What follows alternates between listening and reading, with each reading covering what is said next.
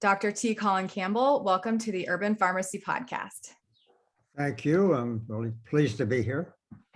Super grateful to have you in my presence. As I was telling you before I hit record, you are basically like the pioneer in the plant-based world.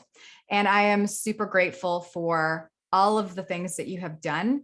And we're going to learn more about that and about you today in this episode. So let's start off, Dr. Campbell, just learning about you.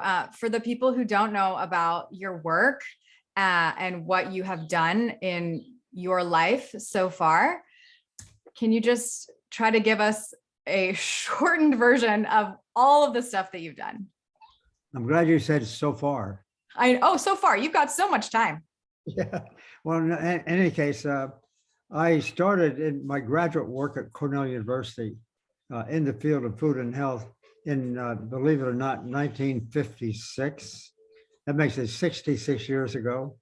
And I've worked on the same topic throughout. So that's quite a number of years. I also was from the farm, milking cows. When I was in graduate school, and the reason I say that because when I was in graduate school, my doctoral dissertation really was on research showing the importance of animal protein. And so that's my background, my professional, but in any case, that was pretty germane to the career I subsequently followed because I learned that my impressions of animal protein were not exactly what they should have been. But in any case, ever since I've been deeply involved in research, obviously. I had a big research program, lots of students, doctoral students, postdoctoral students, honor students working in my lab. And so we had a lot of publications, a lot of work. And I also was involved in obviously teaching a lot, plus also being involved fairly intensively for at least 20 years, 20, 30 years, intensely involved in national and international policy development. I was, we did the work in China, as you may know, the big study that lasted for quite a number of years. All of my work is, I think, is germane to what I did. All of my work was funded by American taxpayer dollars. I took no money from industry. I did that intentionally because I didn't want to be in a position of compromising myself. So we were generously funded all those years by either NIH, State Department, and government funding, essentially. So it gave me the freedom to say the things I wanted to say and talk about it. That turned out to be really important because I early on learned something about, as I said, animal protein was not exactly in accord with what I thought. Mm-hmm, mm-hmm. That's a very sensitive topic because I started challenging, what not only what I thought, what everyone else thought. I started challenging the reverence we essentially have for animal-based protein. Mm-hmm, mm-hmm. So certainly not deserved. And animal protein is one of the most consequential problems that we have in our society. We tend to believe here and abroad, around the world, that somehow animal protein is the centerpiece of human nutrition. Mm-hmm. And we've got to make sure we get enough animal protein, if you will. That's false. We can get all the protein we can need from plants, and in fact, it's better protein. The whole diet changes. So there it is in a nutshell. Okay, so I just want to know a little bit about the China study. Why did you choose China to do the China study? And then what data, since the study has been released and your book has been released, in the literature, do you find the most compelling and persuasive for a plant-based eating pattern? Well, the China study was the first project between the United States and China. That came about because one of the first delegations from China who came to the United States after Nixon's visit in 1972, this delegation of Chinese came to this country, and they had in that delegation their lead scientist. He came from a fairly famous family in China, but in any case, his name was Dr. Zhen Shenshu. And he stayed behind and worked in my lab for nearly a year. And so we talked at that time about the possibility of doing this joint project in China. And in China, what I learned from him was that his government had documented how much cancer and other diseases existed in about 2,500 counties around the country. And what they showed was remarkable, that for the cancers, it was highly localized in certain geographic regions, being maybe 10, 100, even more than that, at times higher in the high areas than low areas. So what that suggests is that there's something about the local area, like diet and lifestyle, that may be involved. And so I jumped on the opportunity of working out something with him jointly. And then I also obtained a very famous epidemiologist from University of Oxford who was involved in this. So I worked together to collect information on a total of 130 villages around the country. Mm. And of course, the New York Times eventually called it the Grand Prix of epidemiology. It was the most comprehensive, in-depth studies ever, I guess, in epidemiology. And so we caught all kinds of information, nutritional, we took blood samples and urine samples and food samples, et cetera, et cetera. And so we had a chance to compare the relationship of diet with disease, especially cancer and other diseases. That was important to me because I was getting work in the laboratory that consuming animal-based protein diets really is associated with a lot of risk for cancers, heart disease, diabetes, and that sort of thing. And I wanted to see, and those were experimental animal studies at the time, partly derived from human experience in the Philippines I'd worked in before. But in any case, I wanted to see if what we were seeing in the laboratory, which was so spectacular, might also be equivalent to what we might see in humans. China was the perfect place because there, as I say, the diseases were localized geographically. And number one, and number two, the people that were in our survey, they were born and lived in the counties for most of their lives. 94% of the people continued to live in the place where they're born. That's really important research-wise because it means that they're producing locally produced food, basically. They're not moving, so it's not complicated by, switching from here to there and different foods and so forth. So it was ideal in that sense. And so what I basically learned, don't want to get too deep into this, but basically that not just for cancer, but also for heart disease and others too, that in China, as soon as people started putting animal foods in their diet, there was a small amount.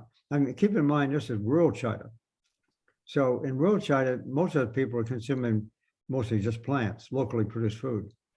And as soon as some people started putting animal food in their diet, that's when the risk of cancer started to go up. That's when the risk of heart disease went up. And for example, higher cholesterol levels and things like that. That was quite remarkable. And so that broadened the scope of my interest from the laboratory. It wasn't just about cancer. This diet thing wasn't just about cancer. It was also about, a variety of so-called chronic degenerative diseases that are common here in the West and other countries like us, colon cancer, all the different kind of cancers and heart disease and so forth. So that really expanded my vision.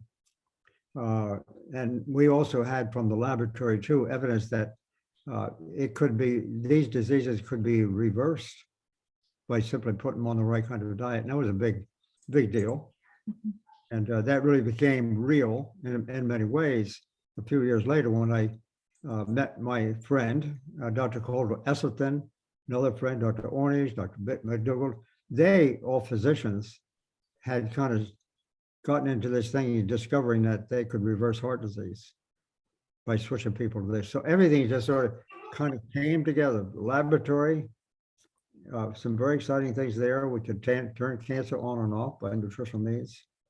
And then the human studies in China, and then the national policy development, because I was also seeing there, what goes on at the national level and international level. And it's something I saw, and I'm writing another book on that right now. It really has to do with the way the system, the healthcare system, wrapped in politics, wrapped in history, wrapped in economics, if you will, how our healthcare system controls what we, the citizens, get to know. That's a really serious problem. And that's one of the reasons that the whole food plant-based diet, it turned out, I mean, it's pretty spectacular what it can do. My book, for example, The China Study, which I co-authored incident with my son, who's now a physician, Tom, he's continuing some of his work. But in any case, what turned out is that book, I didn't know what it was going to be successful or not, but it turned out it was very successful, and it's been translated into 50 foreign languages by now. And so it's kind of really gotten around the world.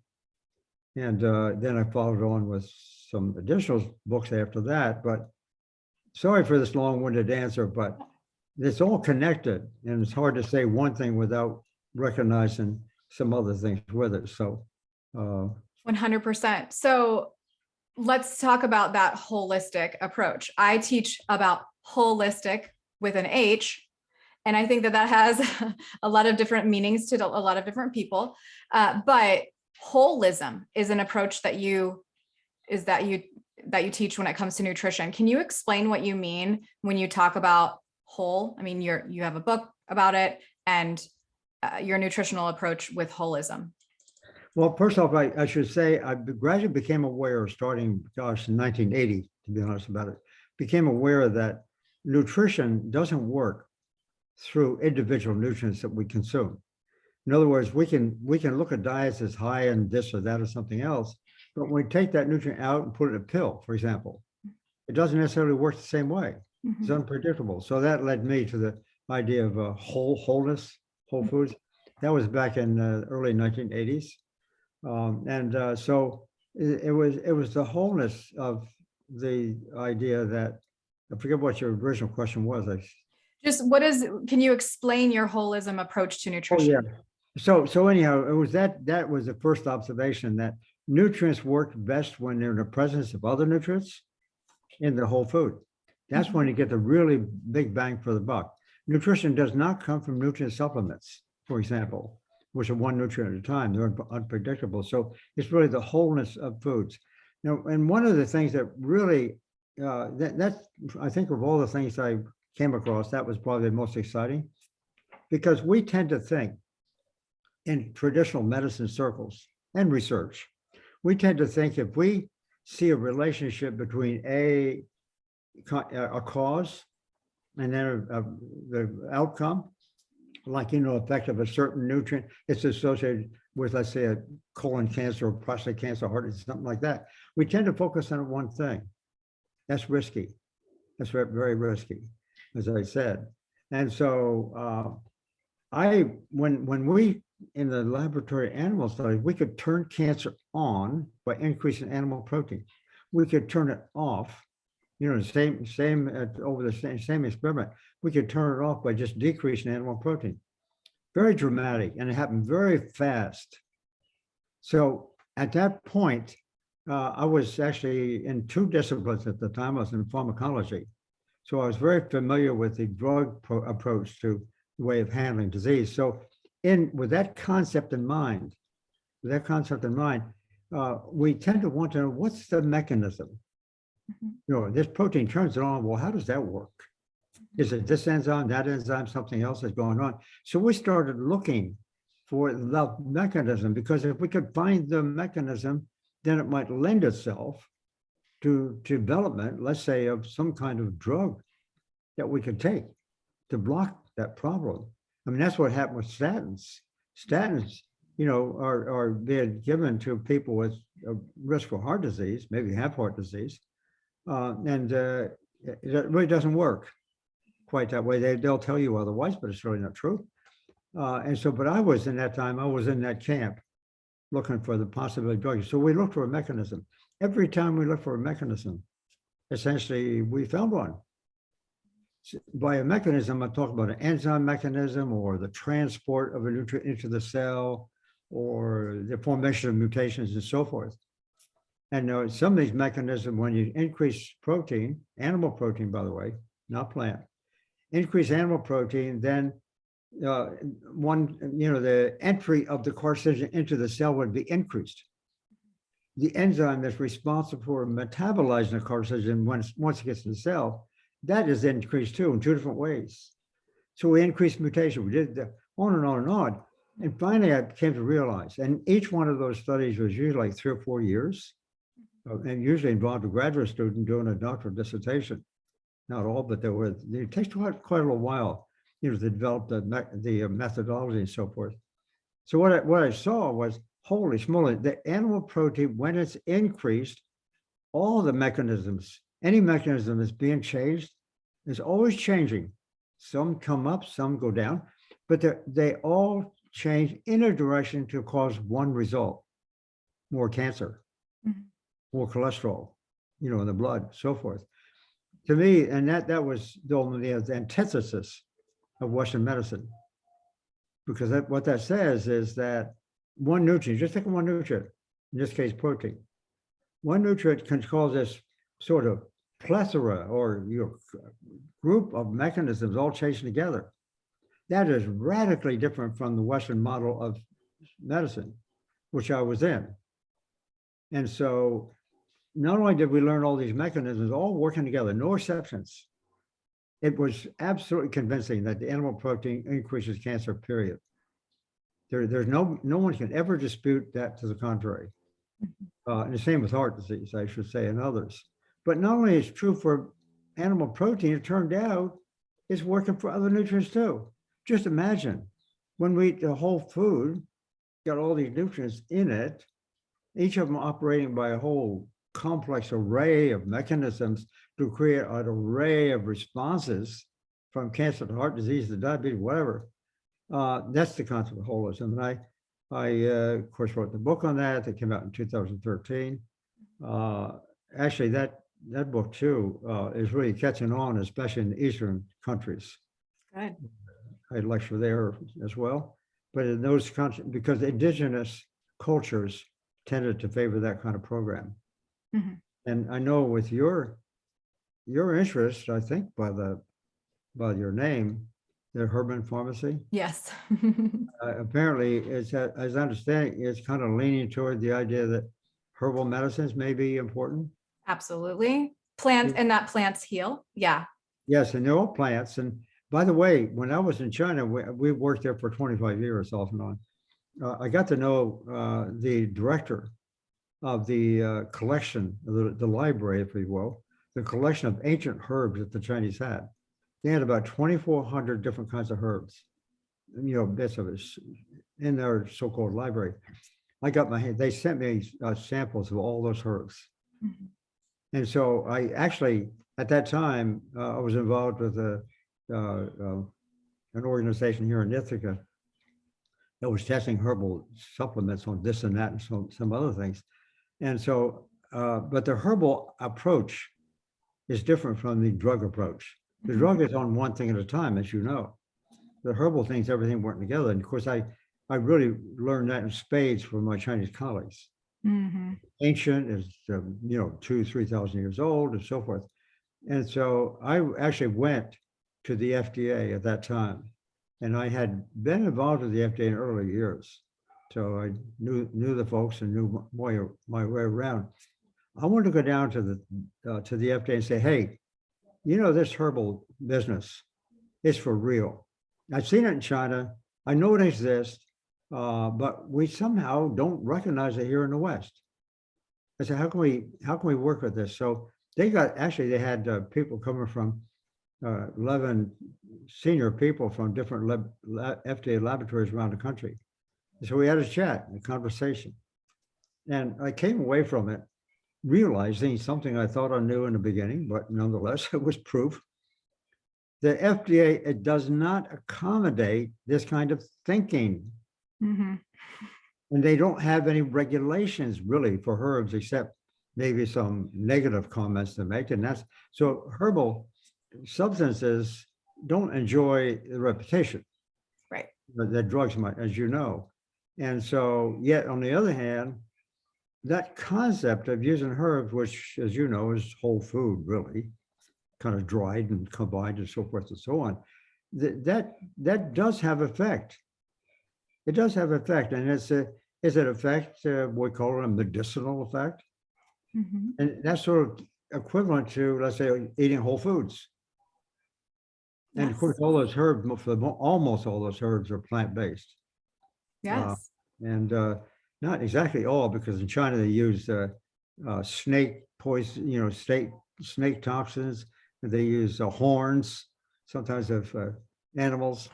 So it's not 100%, but it's close to it. Yeah, So absolutely. this dichotomy, here's the FDA on the one hand looking out for Western medicine. Yeah. And here's herbal medicine from Asia and India and Africa Yes. doing something different. Yeah, it's incredible. I got my certification in herbalism this year. I have so much to learn. And that's actually originally why we bought our farm. We bought a farm about 7 years ago. And the initial reason was to grow herbs. We're currently just selling at the farmer's market all of the different plants, all the different things that you would find at the farmer's market. But once we live there, we will be getting deeper into herbs. And there's just, I learned a lot about the pharmaceutical industry when I went through my certification. So it's quite profound what we're doing here in America and how under a rock we live, so to speak. So, okay. So Dr. Campbell, when we're talking about a whole food, plant-based lifestyle and the health benefits of it, do you think it's because of one of these three reasons or all of them combined? Is it because of a lack of food processing? Is it because the intrinsic benefits of plants like phytonutrients and fiber, kind of, like the holistic approach, the Wholeism approach? Or do we think it's the absence of animal protein? Or do we think it's a combination of those three? It's all three. There's some contribution from all three. The processing, we have to attend to that question because processing processing is a big word and it covers a lot of stuff. I mean, I would say that we could call processing just cooking food. Right. Or, cutting it up, dicing it up. Right.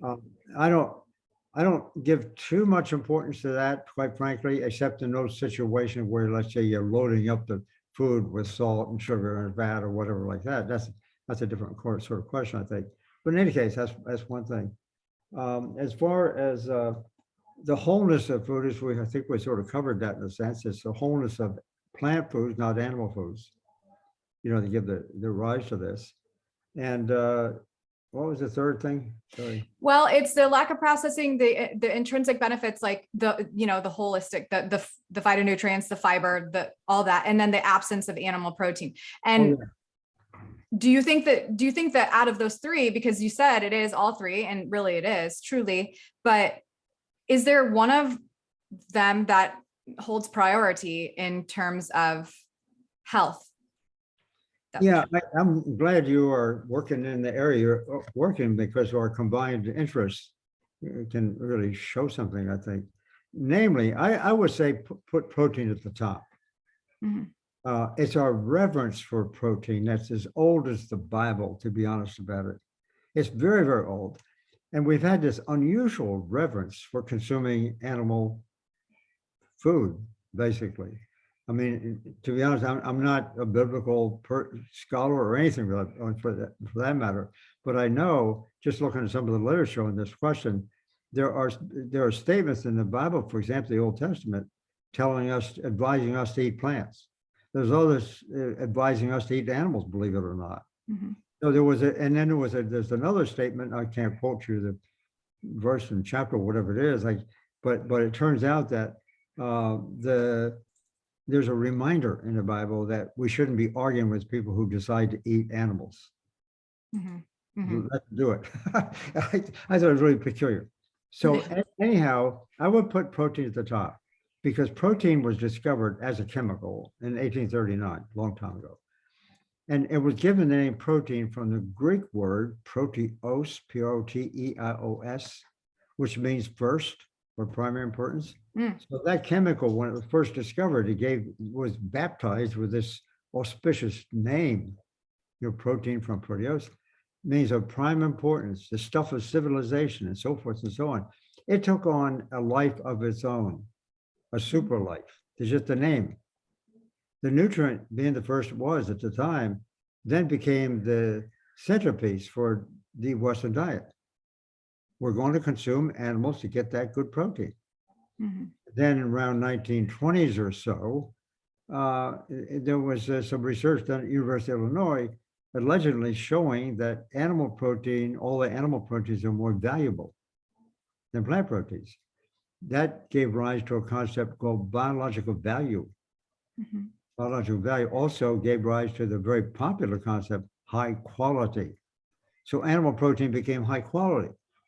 Plant protein, yeah, there's plant protein, but it's low quality.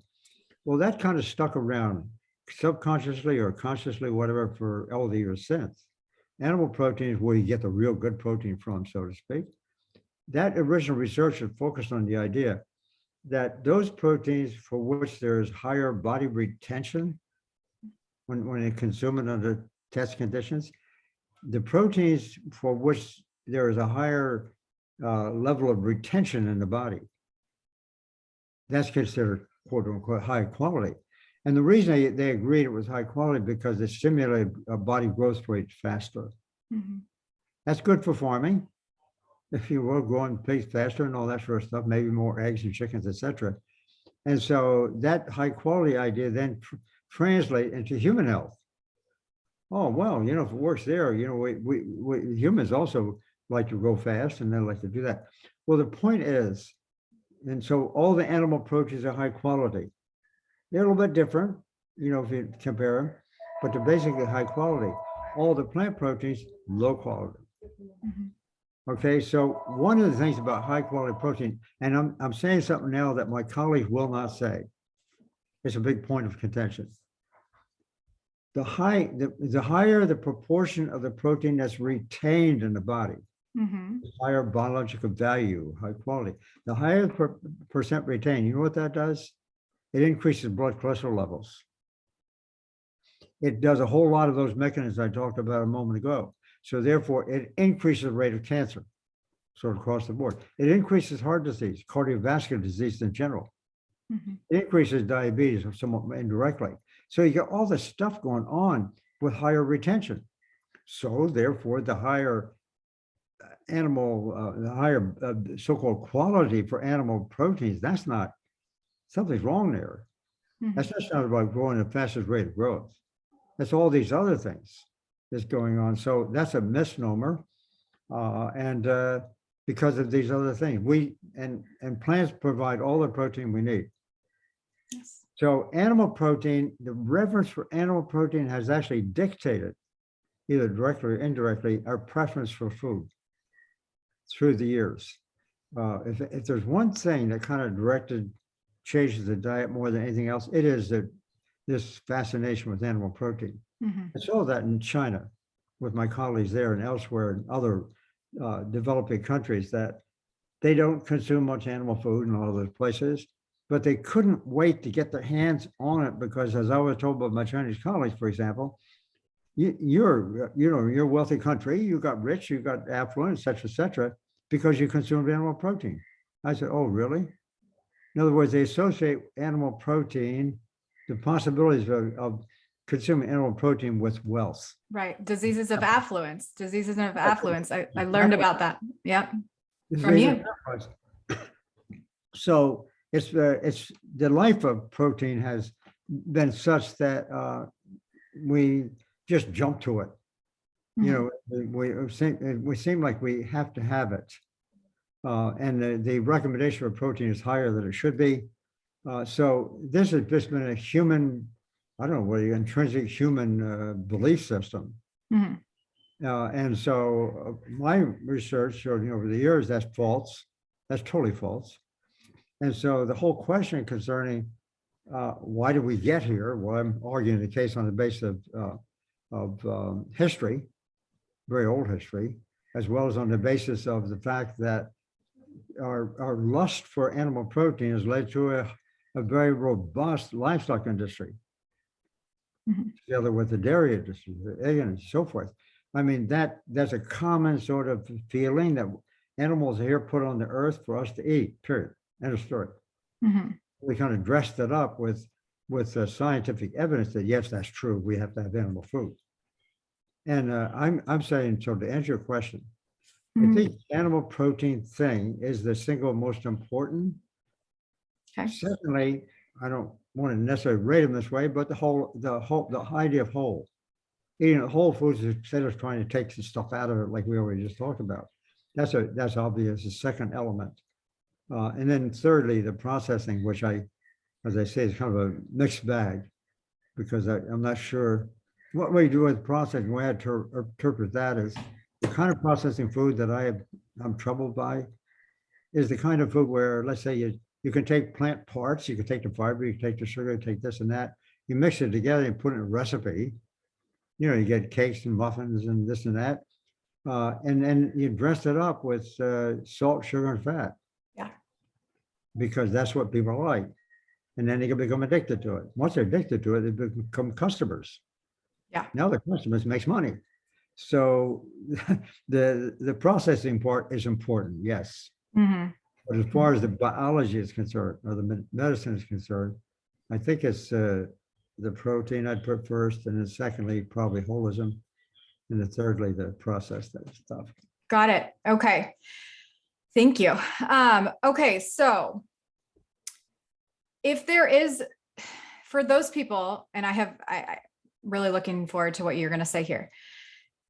For people who are reluctant to give up animal protein, what is the quote least bad approach to occasionally including meat or chicken or fish or eggs? I mean, we've got cholesterol in eggs, we've got TMAO in red meat, we've got, histamines in fish. I mean, and I know that based on your studies, like it doesn't really matter via the protein, like it is animal protein is animal protein, but like, is there one that's a little less than the other? And if they wanted to incorporate it, what would you say would be the maximum per week? Well, let me give a little background on that comment, incidentally. That's a good question, by the way. Our reverence for consuming animal protein is such that we eat animals, okay? That goes from fish to eggs to dairy to meat and all that stuff. But what we should also remember, as we increase the proportion of the diet in the form of animal foods, whatever they may be, as we increase that proportion, the proportion of plant foods goes down.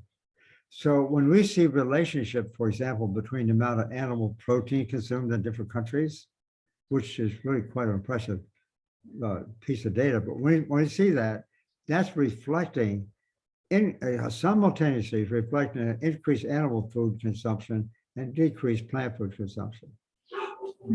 That works that way. And plant foods, of course, have a lot of the good stuff, as you know, antioxidants and complex carbohydrates and so forth and so on, minerals, etc., vitamins. And so I think, yes, now to go offline, I got to thinking about what I was talking about before, but yeah. What's your question again? Well, yeah, no, yeah, like if they were going to choose a protein. Oh, yeah. Right. I'm going to say, I says the one that most likely that people fall back on is fish. Mm-hmm. That's the least likely. Well, it turns out fish protein also increases the risk of these diseases when it's tested that way, just like the other animal proteins. So fish protein is not that different from other animal proteins. So that's a strike against fish, okay?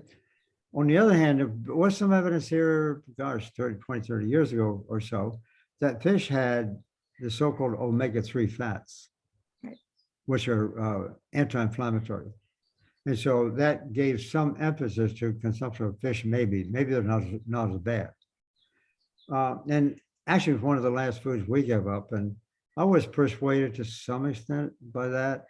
And maybe also by cheese. So that you said the least problematic. I'm going to say fish and maybe cheese. The reason I'm saying cheese, or maybe I should say fermented dairy. Right, fermented. And like yogurt and so forth. The fish, let's come back to fish for a second. Fish have this omega-3s in them, as opposed to omega-6 fats, which sounds good. But yet the protein is the same. Right. The other thing about fish too, it doesn't have the antioxidants that are the fiber. So it turns out fish is really not that different from the rest of animal foods. So I don't know whether there is a least offensive on that score. On the other hand, on the dairy side, I have real difficulties with the dairy, even though I grew up milking cows. But in any case, the protein of cow's milk is not good, period. But when we ferment it, Mhm. form of yogurt and stuff like that, and there's some people in the world who are consuming yogurt and getting some pretty good results. Yeah. I think that's the least offensive. Mhm, mhm. Let me That's check. what I really wish I could remember the doctor's name, but he's with Zoe, the gut microbiome test, and Dr. Will Bolsowitz, he's like on the science advisory board with Zoe. And that's something that I learned. Like, if somebody is going to choose to have anything that's coming from an animal, probably the only thing that would be beneficial, although there is saturated fat, would be, that fermented dairy. And that's it. So there's that. We'll close that question. Okay. So what are Okay. your thoughts? Yeah. Let me make one comment. You just said saturated fat. Saturated fat, by the way, from a chemical physiological point of view, is not so bad, believe it or not. Okay. It's not very reactive. Saturated fat took a whipping just because when people came up with the idea of saturated fat, that was Ansel Keys and some others back in the 40s, 50s, and 60s, because saturated fat was related to heart disease. So Mhm. they started blaming the increased heart disease on saturated fat because it's mostly in animal foods, right? Mhm. But it turns out the saturated fat in animal foods is only a surrogate for the real culprit. The real culprit was protein. Mm. Because if you take the saturated fat out, it's not that all that chemically reactive. It's almost like neutral. Yeah, it can build up and stuff in there. But in any case, the unsaturated fats of plants, they're good in plants. They're great. So why use them appropriately with all the other nutrients? If you take it out, on the other hand, put it in a bottle, you get corn oil and stuff like that. That's a different story. Right. Because most of that oil is omega-6, the pro-inflammatory. Right. So I back off from the saturated fat condemnation, I guess, a little bit on that. Interesting. Okay. There's a big emphasis on that with my Food for Life classes. So, okay, cool. Thank you for letting me know. Safety of processed vegan foods such as Impossible Burgers. I mean, we're talking about high inflammation there. What do you think about Impossible Burgers? Good question. I've gotten to know those folks recently. I had a question too, and I don't want to talk about my conversation with them really, because Yeah. it's Yeah. proprietary to some extent. But I think their idea, like some of the other companies too, of going to that kind of synthetic food, basically plant-based, in principle, good idea, I think, because we can get all the protein we need, if you will, from plants instead of animals. And I'm the one who came up with the word plant-based, by the way. She Yeah. made it in the late 70s. But in any case, so they're kind of a takeoff on that whole idea, plant-based. But they're going with the plant protein thing because it's better. That's what sounds good. Some of these companies, without getting into the names and stuff like that. Yeah. We won't. Just not just as necessarily Impossible Burgers, but these high oil processed burgers. Yeah, they got into it because the word plant-based is becoming popular. Right. And so that there was a looming market there, emerging market. So they got into that for that reason. But when they started making their foods, there's some problems they haven't adopted. They're not appropriate. First off, this is a difficult one to handle. They might want to use soy protein a lot instead of, let's say, animal protein, and they'll mix and match and try to make it right. The soy protein is unfortunately GMO. 90% of that is GMO. That's a problem for, at least mentally, for a lot of people. Mm-hmm. And maybe problematically in health, I don't know. But in any case, that's one angle they took. Another angle that some of these companies took too was to let's grow the animal-like protein in a test tube or in a big vat. We'll use the DNA template for making, let's say, muscle or making this or that or something else. We'll put it in this vat. and we'll let it actually synthesize from that DNA template or RNA template the kind of protein that sort of matches the composition of animal protein in the real animal. Say, oh, here okay, now we can just grow all this animal protein in a vat. That's a synthetic kind of idea. I challenge that because, quite frankly, the protein being made is exactly the same amino acid composition as the real animal protein because they're using the same template. And that composition, that amino acid composition is going to create, I'm sure, we haven't really tested it yet, is going to create the same problems, as it does from the real animals. So on one group, they're have to wrestle with the GMO question a little bit. The others are wrestling with the idea of using cell-based, cell synthesized protein. Then there's a third problem, and you just referred to that a moment ago, is the fact that they kind of dump in oil and stuff like that to, try to make it tasty, whatever they're doing to it. So we end up with a composite kind of food product that's iffy, kind of iffy. And so I'm almost on the notion that my approach is to why do we ever get caught up in eating one of the animal protein or any other proteins like it? We don't need to do that. Just eat all the plant protein and our problems will be solved. Mother nature will take care of that for us. Right. So anyhow. Okay, so given that the plant-based movement is gaining traction, what do you think are some of the next steps to help move the needle forward with Americans' health? I mean, we know Dr. Clapper is doing his moving medicine forward and trying to, get medical students to learn about nutrition. But have you witnessed any shift in the treatment that physicians are using with plant-based eating? Well, I think it's fair to say there's an increasing number of physicians, not still a very small number, but there's an increase in the number of physicians who are taking this quite seriously and trying to adopt in their practices use of this kind of food. And we have some on our board in our Center for Nutrition Studies, for example. My own son has been running a thing at the University of Rochester, and people with diabetes or women with advanced cancer. So some of that kind of research is going to be necessary to actually get the data to help people become convinced.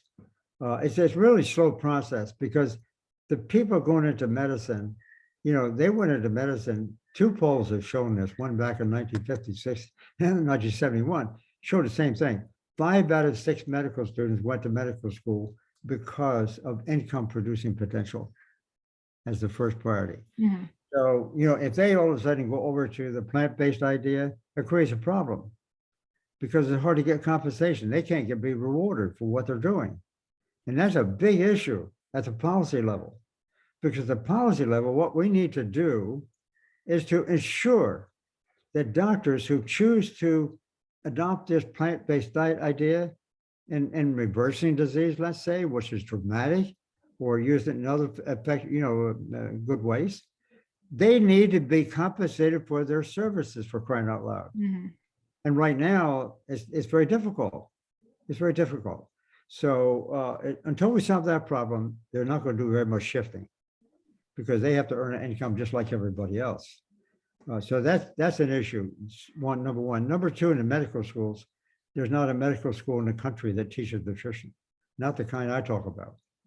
Some of them may give a few lectures, but it's the old traditional Krebs cycle, biochemical kinds of stuff that, it's not that significant for their practices. So we need to teach nutrition honestly to medical schools. That's number two.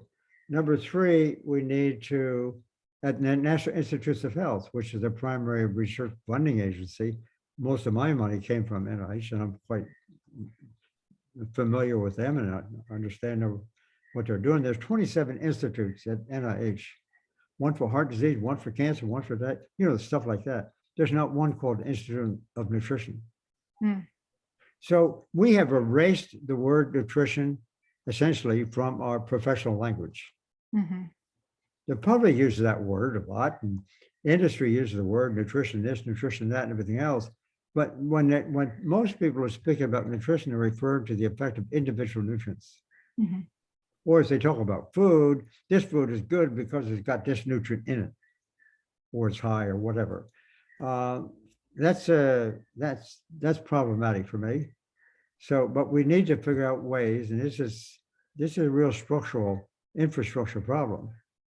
We need to figure out ways for healthcare practitioners to work with their patients, with a nutritional approach.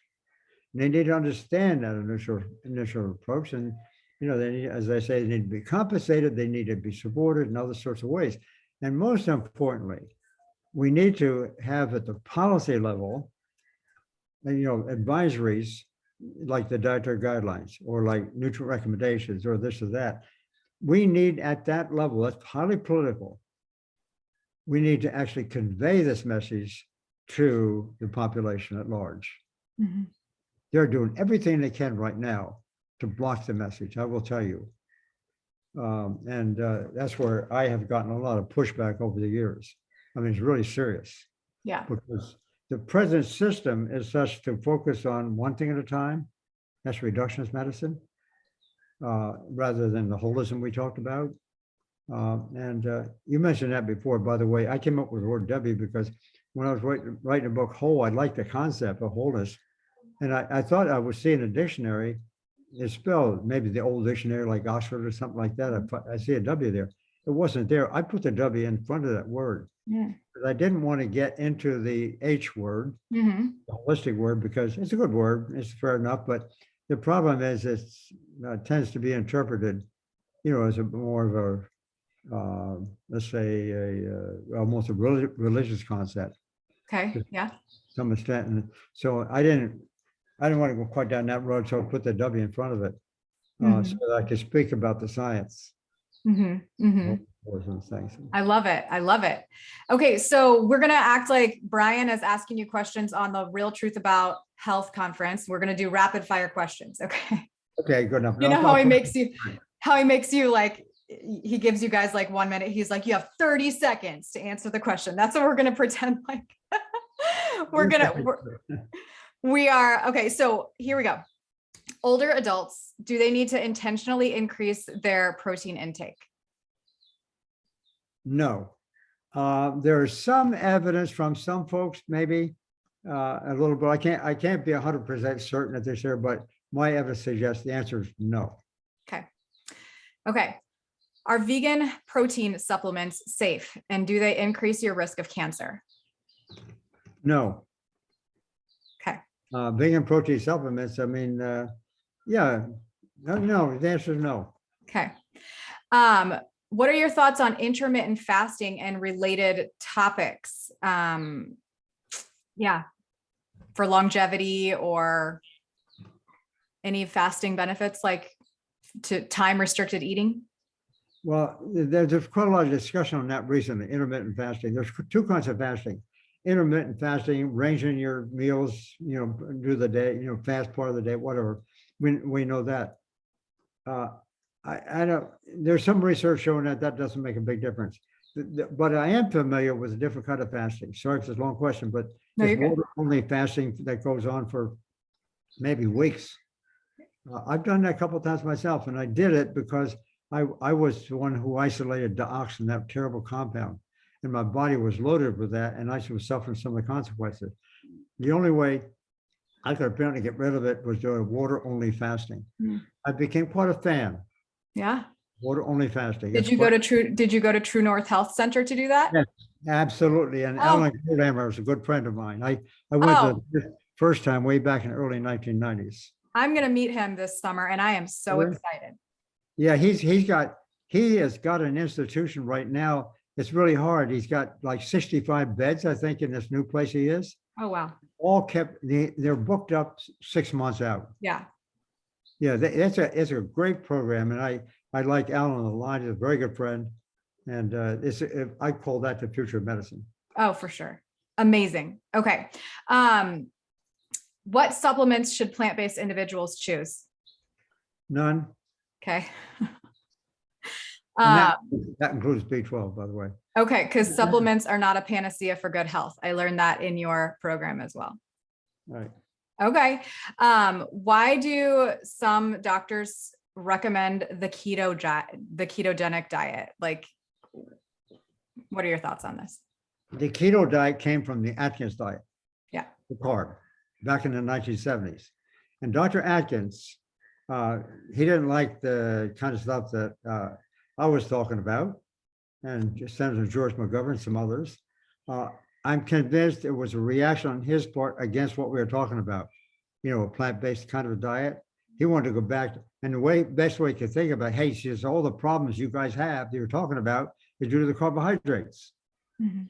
So let's go to a low carbohydrate thing, which means high protein, high fat, back to the original. It's kind of clever, but he was right in one sense. We were overloading with refined carbohydrates, fair enough. But he was using a word that really reflected on our consumption of plants, which is all the carbohydrates come from plants.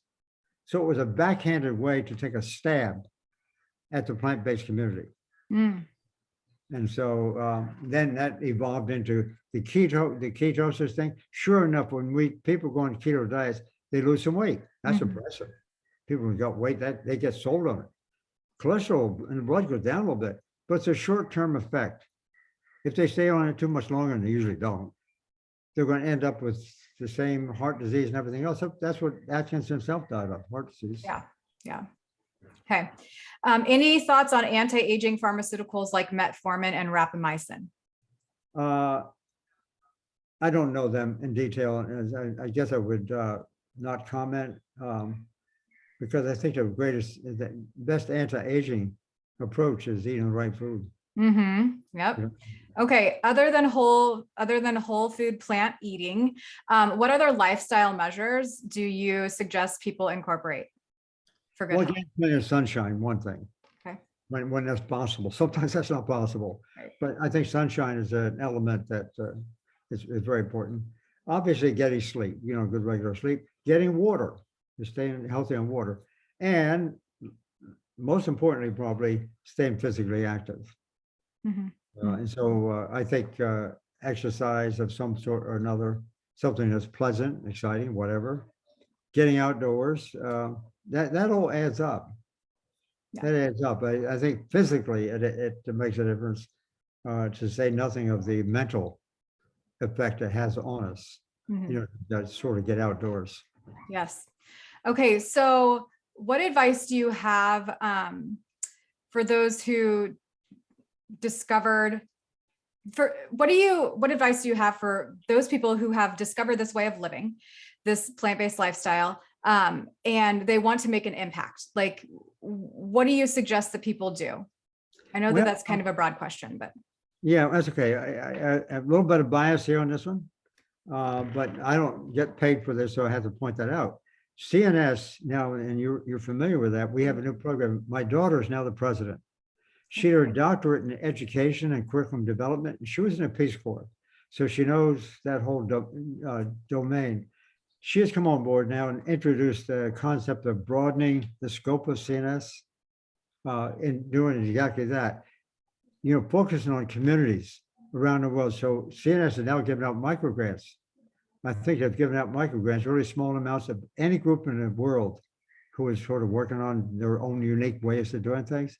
So we've given out microgrants to people in Samoa, in the mountains in Peru, in Kenya, as well as here, mostly in the United States. And there's what's really interesting about this concept is that we are a whole lot of different kind of people. And so people, we have different ideas. Somebody wants to do a little project to show how to grow foods more effectively. yeah. That's one of her big things, because she lives in the Dominican Republic. Mm. She did a Peace Corps work, and that's we're going to have it ties into the environment question. Or somebody else might want to work in the delivery of good food to the inner city. Mm-hmm. Pretty important, so we just, I think we got about 40 recipients now. And she has this workshop where they come together, selected ones come together, tell their story. It's very exciting. So I think in answer to your question, there are lots of ways of getting into this, but one of the ways we're going to focus on, thanks to my daughter, Leanne Campbell, by the way, one of the things is to, come and look and see what this group of people are doing. Mhm. From Peru to Kenya to California to Florida, whatever. And it's really quite exciting. Wow. Incredible. So basically anything that you can do to help empower people to live a more plant-centered, fiber-fueled, whatever you want to call it, lifestyle is going to be impactful. So, and then also go and take, get your eCornell certification for plant-based nutrition. Do that and, be a pioneer in your own community. And then, okay, so Dr. Campbell, if you were just to tell your younger self something now, what would you tell yourself? What would you tell your younger self in terms of the challenges that you've faced, and what you now know versus what you knew then? Actually, believe it or not, I'm writing another book now, a small book, just on that question, because I get asked that question quite a bit. Wow. And I did want to write the book, and my wife insisted on it too. I should do this. Is that when I got into this space initially, I really took a lot of heat. And I continued to take heat for the next 40 years. And I was at quite senior levels in my profession. I was actually the representative to Congress for the entire biomedical research community for a term. And so I was operating at a very visible, public visible level, so which made it worse in a way.